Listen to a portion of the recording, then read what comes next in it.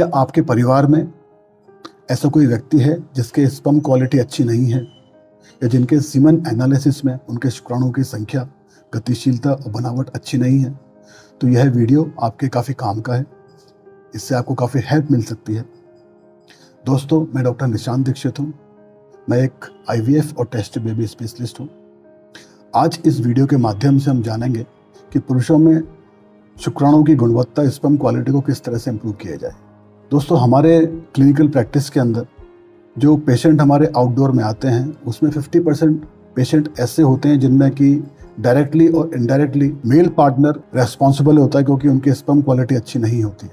आजकल हम ऐसे काफ़ी पेशेंट देख रहे हैं जिसमें कि स्पर्म क्वालिटी में गिरावट आ रही है। इसके बहुत सारे कारण हैं, पर आज इस वीडियो में हम जिक्र करेंगे उन दवाइयों का और उन मेजर्स का जिनकी सहायता से हम स्पर्म क्वालिटी को इम्प्रूव कर सकते हैं। यह एक बहुत ही इम्पॉर्टेंट एस्पेक्ट है जो कि कई बार नेगलेक्ट हो जाता है, क्योंकि हमें या किसी को जब भी इनफर्टिलिटी की समस्या होती है तो हम पहले गायनेकोलॉजिस्ट को दिखाने जाते हैं, जिससे कि कई बार पुरुषों का एवेल्युएशन एंड ट्रीटमेंट काफ़ी पीछे छूट जाता है और महिलाओं का ही लगातार ट्रीटमेंट होता रहता है। जब हम बात करते हैं स्पर्म क्वालिटी को ठीक करने की, तो हमें 3 बातों को विशेष रूप से ध्यान रखना है। पहला कि सीमन एनालिसिस की बेसलाइन जांच जो है उन्हीं लैब पे की जाए जो WHO 2010 मानकों का इस्तेमाल करते हैं, उनके बेस पे रिपोर्ट तैयार करते हैं। क्योंकि अगर हमारी बेसलाइन रिपोर्ट ही ठीक नहीं होगी तो हम यह कभी नहीं जान पाएंगे कि किस दवाई से हमें कितना फ़ायदा हुआ है। दूसरी इंपॉर्टेंट बात यह है कि हस्बैंड और वाइफ को सीमन एनालिसिस कराने से पहले एब्सटिनेंस का ध्यान रखना है। लास्ट इंटरकोर्स के बाद कम से कम 3 से 5 दिन का गैप होना चाहिए सीमन एनालिसिस जांच कराने से पहले। तीसरी बात जो इम्पोर्टेंट है कि सैंपल देने के बाद वो सैंपल अगले 20 से 30 मिनट में लैब पे पहुंचना चाहिए, क्योंकि अगर इससे लंबा टाइम लगता है तो स्पर्म क्वालिटी और नंबर्स डिक्रीज होने लगते हैं और रिपोर्ट सही नहीं आती है। अगर हम बात करते हैं पुअर स्पर्म क्वालिटी को इम्प्रूव करने की, तो हम सबसे पहले बात करेंगे ऐसे कौन से नॉन मेडिकल मेथड्स हैं जिससे कि स्पर्म क्वालिटी को इम्प्रूव किया जा सकता है। जैसे कि है इम्प्रूवमेंट इन लाइफस्टाइल। ऐसी काफ़ी चीज़ें हमारे लाइफस्टाइल में होती है जो कि हमारे स्पर्म क्वालिटी और उसकी संख्या दोनों पर असर डालती है। जैसे कि स्ट्रेस, नींद पूरी ना होना, सब्सटेंस अब्यूज़ जैसे कि अल्कोहल, टोबैको, स्मोकिंग। तो अगर आपकी सीमन एनालिसिस की रिपोर्ट अच्छी नहीं आई है और आप कंसीव करना चाहते हैं तो सबसे पहले आपको अपने लाइफस्टाइल पे काम करना होगा। आपको ध्यान देना होगा कहीं ऐसा तो नहीं आपकी नींद पूरी नहीं हो पा रही है, आप पूरी 6 से 8 घंटे की नींद नहीं ले पा रहे हैं। कहीं ऐसा तो नहीं आप एक्टिवली स्मोक कर रहे हैं या आसपास के लोग स्मोक कर रहे हैं जिससे कि आपकी पैसिव स्मोकिंग हो रही है।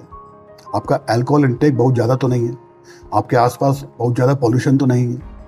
कहीं आप गोद में लैपटॉप लेके काम तो नहीं करते हैं, क्योंकि हमारे जो टेस्टीज हैं वो बॉडी के बाहर इसलिए होते हैं, अंडकोश बॉडी के बाहर इसलिए होते हैं ताकि उसमें स्पर्म प्रोडक्शन प्रॉपर होता रहे। अगर कोई व्यक्ति लैपटॉप गोद में लेकर काम करता है तो उससे तापमान, टेस्टिस का तापमान जो है सामान्य से बढ़ जाता है। रेगुलर और फ्रीक्वेंट इजैकुलेशन से, फ्रीक्वेंट इंटरकोर्स से स्पर्म क्वालिटी इंप्रूव होती है, क्योंकि जितने लंबे टाइम तक स्पर्म्स मेल जेनिटल ट्रैक्ट में रहते हैं उनमें ऑक्सीडेटिव डैमेज होता रहता है।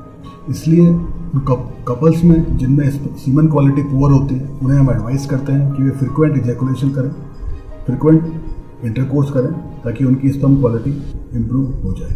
1% पुरुषों में इनफर्टिलिटी एक विशेष कंडीशन के कारण होती है जिसको हाइपो कहा जाता है या हाइपोगोनाडोट्रोपिक हाइपोगोनाडिज्म कहा जाता है।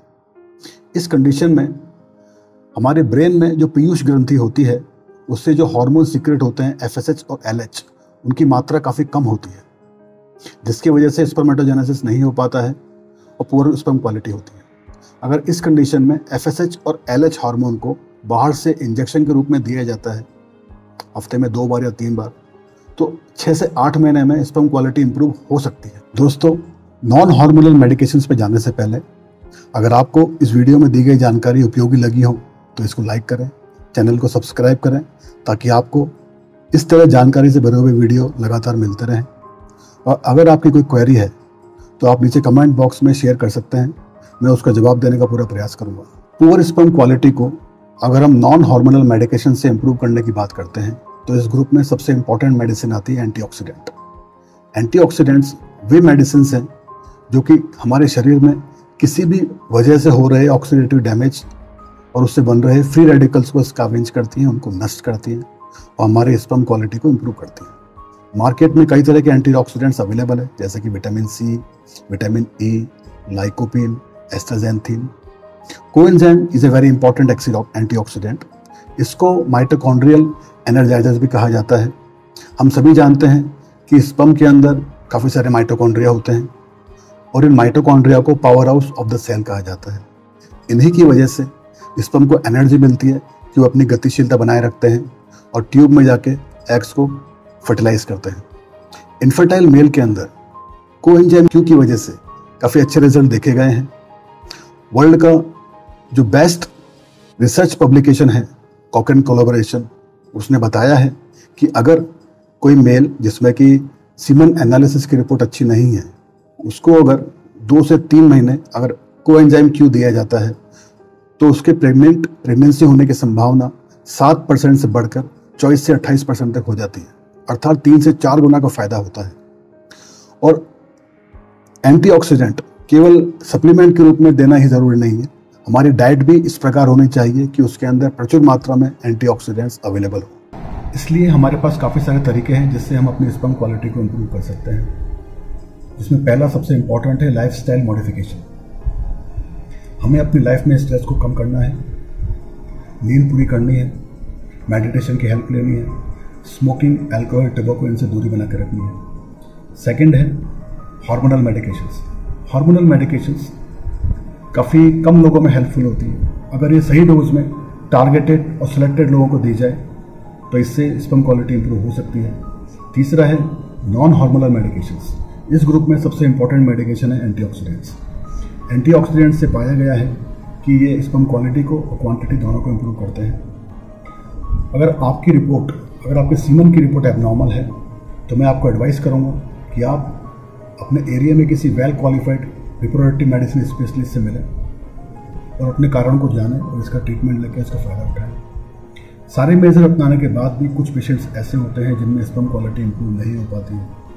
उन केसेस में हम एडवाइस करते हैं कि वे टेस्ट ट्यूब बेबी प्रक्रिया का फ़ायदा उठाएं, एक्सी प्रक्रिया का फ़ायदा उठाएं।